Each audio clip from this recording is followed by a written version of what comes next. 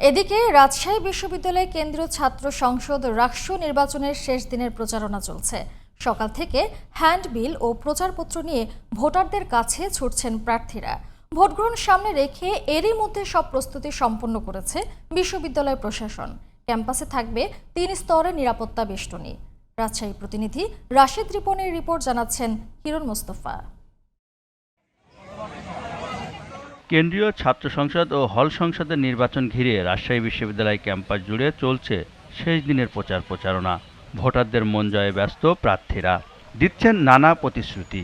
যদি নির্বাচিত হই 30,000 শিক্ষার্থী আমার পেছনে থাকবে, অর্থাৎ তাদের ভোকাল হিসেবে আমি কাজ করব। সেই ভোকাল হিসেবে যতটুকু চাপ সৃষ্টি করে কাজ করা যায় সেই জায়গাটুকু আমি আমার জায়গা থেকে সর্বোচ্চটা চেষ্টা করব। সবকিছু মিলিয়ে যেমন একটা এক্সাইটমেন্ট কাজ করছে, আবার ভীতিও কাজ করছে। যত সময় ঘনিয়ে আসছে সবার কাছে পৌঁছানোর চেষ্টা করছি। একজন স্পোর্টসম্যান কিন্তু ক্রীড়া সম্পাদক রাকসুতে তার কাজ না, তার কাজ হচ্ছে স্পোর্টসে পলিসি মেকিং এর কাজ। তো পলিসি মেকিং এর জায়গা অন্তত আমাদেরকে বিবেচনা রাখবে প্রার্থীরা, এই জায়গাটা আমার আছে, আশ্বাসের জায়গাটা আছে। নির্বাচনকে কেন্দ্র করে ক্যাম্পাস জুড়ে মোতায়েন থাকবে পুলিশ, র্যাব ও বিজিবি। 2000-এর মতো আমরা পুলিশের ডেপ্লয়মেন্ট থাকবে আমাদের নেটওয়ার্কের পুলিশে। তো এগুলো আমরা পালাক্রমে বিশেষ করে বিজিবি এবং র্যাব ওনারা পেট্রোলে থাকবে, কিছু কিছু গুরুত্ব পয়েন্ট ওনারা থাকবে, আর ওভারঅল ভোট কেন্দ্রগুলোতে আমাদের পুলিশের লোক থাকবে। অপ্রীতিকর ঘটনা এড়াতে সব ধরনের প্রস্তুতি নিয়েছে বিশ্ববিদ্যালয় প্রশাসন।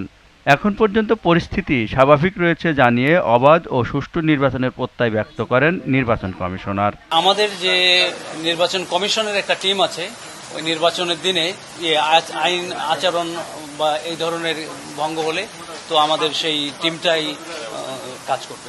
এদিকে 17টি হলের জন্য 17টি ভোট কেন্দ্রে প্রস্তুত করা হয়েছে 990টি বুথ। ব্যালট পেপার হিসেবে OMR শিট ব্যবহারের পর তা গণনার জন্য আনা হয়েছে 6টি মেশিন। নির্বাচনকে কেন্দ্র করে বুধ ও বৃহস্পতিবারের ক্লাস পরীক্ষা বন্ধ রেখেছে বিশ্ববিদ্যালয় প্রশাসন।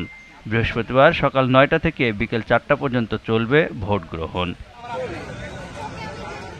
Hiran Mostafa, GTV news.